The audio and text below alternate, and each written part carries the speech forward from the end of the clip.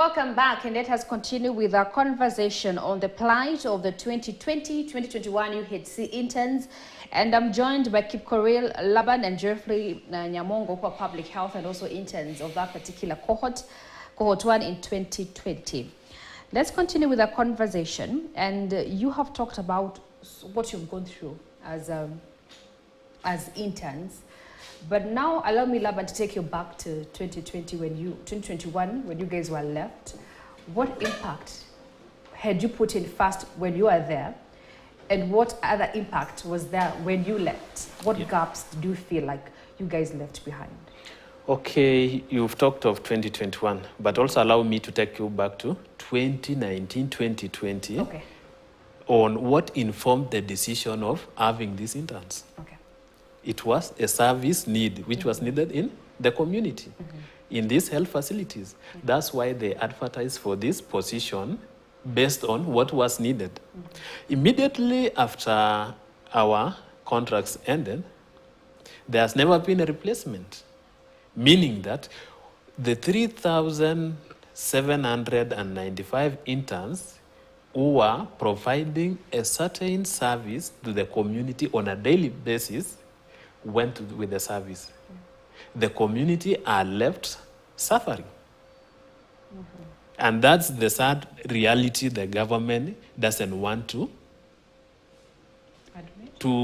admit, because here is a blame game. They want to shift they're just shifting the goalpost on doctors. So it has become now Nakumicha versus the doctors, but we fail to highlight the real suffering the communities are going through.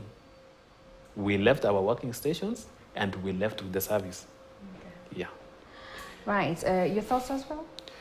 Yeah, the same thing, the same issue, because if you are working somewhere, you are serving a community as a healthcare worker, and you leave that place, and you know very well that place for now as with no other person, or the service is strained.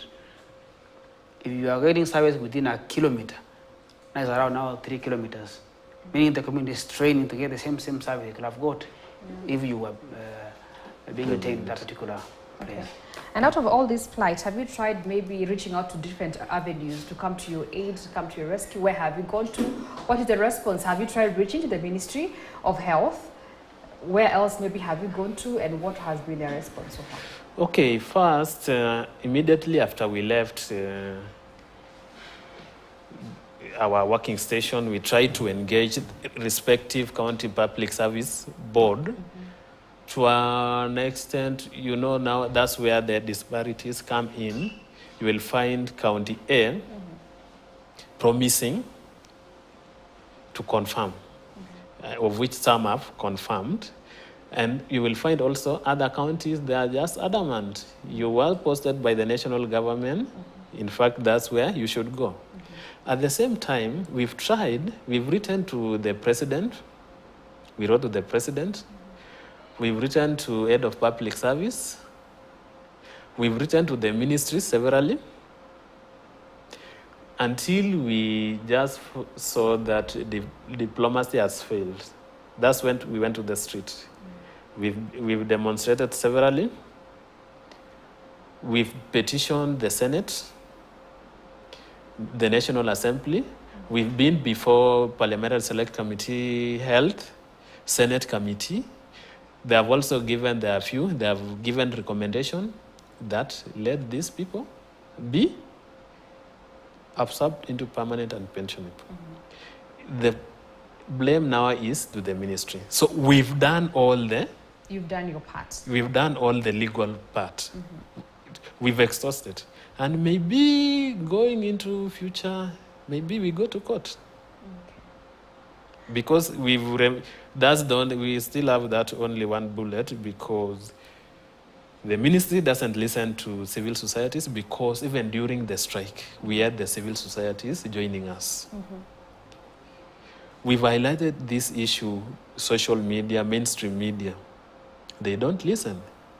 We've gone to the Senate, they don't listen to law-making bodies. We are just there. That's why we appeal.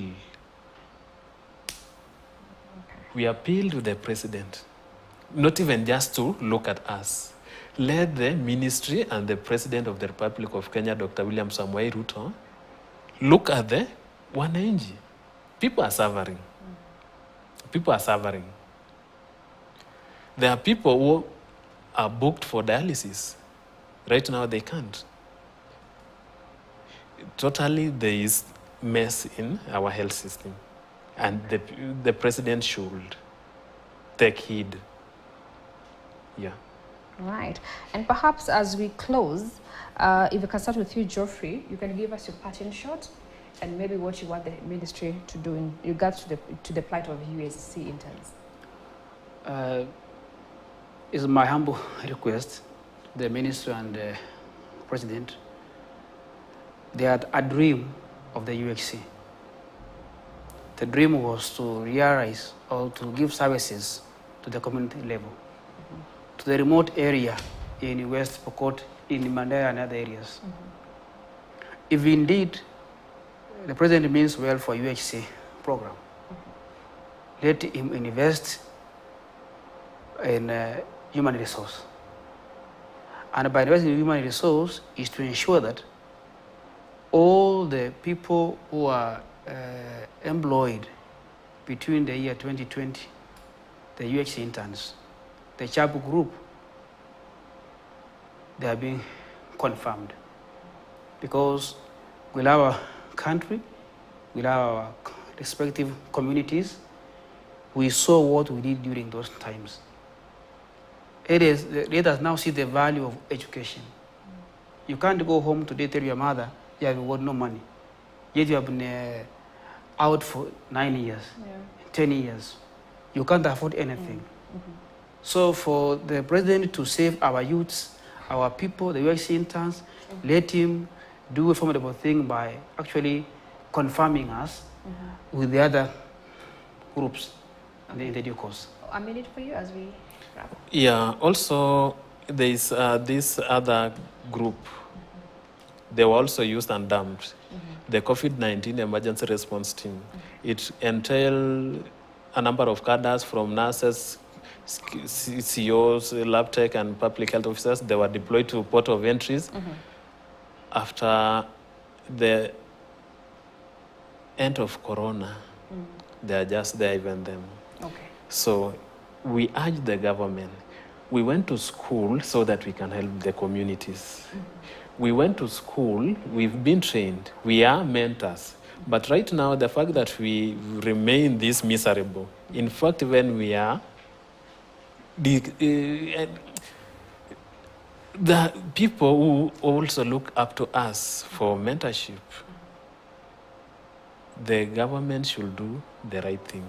Confirm the UHC interns, confirm the UHC contracted 3 year, confirm the COVID-19 emergency response team. Dear President, do the right thing. Thank you. All right. Thank you so much for that discussion. And now, in a bid to tackle the rising number of road incidents, the National Transport and Safety Authority, NTSA, is launching the National Road Safety Action Plan.